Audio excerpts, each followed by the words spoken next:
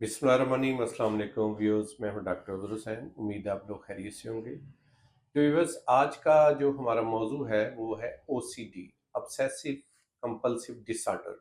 ये एक नफसियाती बीमारी है और इसको आम जुबान में वहम की बीमारी भी कहते हैं। आपने देखा होगा कुछ लोग होते हैं जो कि हर वक्त किसी न किसी अनजाने एक खौफ का या वहम का शिकार होते हैं। मतलब कि अगर उन्होंने हाथ धोए हैं तो उन्हें लगता है कि हमारे हाथ अभी तक गंदे हैं, तो बार बार हाथ धोते ही जाते हैं, हाथ धोते ही जाते हैं, हत्ता कि उनकी जिल्द जो है वो बाज़ औक़ात ज़ख्मी हो जाती है। ऐसे लोगों में ये भी होता है कि वो अगर उन्होंने घर का कोई ताला वगैरह बंद किया है, कोई लॉक किया है, तो बार बार उसको चेक करेंगे कि पता नहीं मैंने लॉक किया है या नहीं किया।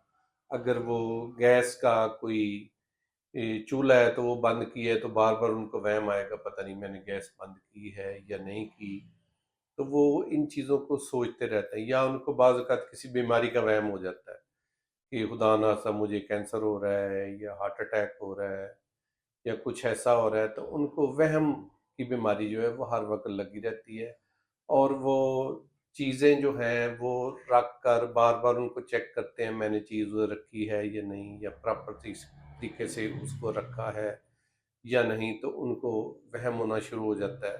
तो इस तरह के जो ख्यालात हैं उनके जहन में हर वक्त जो है वो गर्दिश करते रहते हैं और वो बहुत ज़्यादा उलझन का शिकार होते हैं। तो ये बीमारी जो है ये एक नफसियाती बीमारी है, और इसमें मरीज़ जो है वो बहुत ट्रबल में होता है। बाज़ लोगों में ये बीमारी ख़ानदानी तौर पर भी आती है, विरासत में भी आती है, जेनेटिक्स में आती है। तो इसका एक तो नफसियाती इलाज है कि ऐसे मरीज़ की जो है प्रॉपर साइकियाट्रिस्ट जो है वो उसकी काउंसलिंग करे, साइकोलॉजिस्ट जो है काउंसलिंग करे उसकी। उसके साथ-साथ उसको जो है मुख्तलिफ अद्वियात दी जाती हैं, और होम्योपैथी में इस बीमारी का बहुत ही अच्छा इलाज है।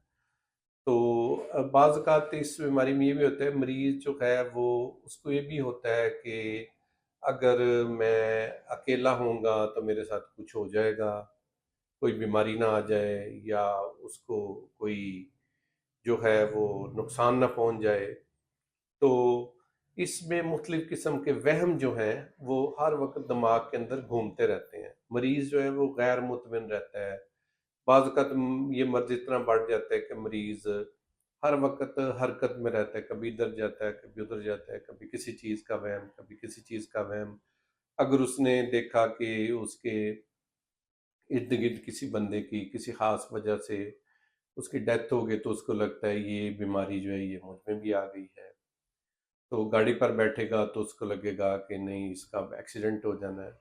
तो ये सारी जो है ये वहम की बीमारी है, और बाज़ लोग इसको वैसे टाल देते हैं, कोई नहीं तुम्हें वहम है, हालाँकि ये एक बीमारी होती है, नफ़सियाती बीमारी है, और इसका प्रॉपर जो है वो इलाज होना चाहिए। तो होम्योपैथी में इसका बहुत ही अच्छा इलाज मौजूद है।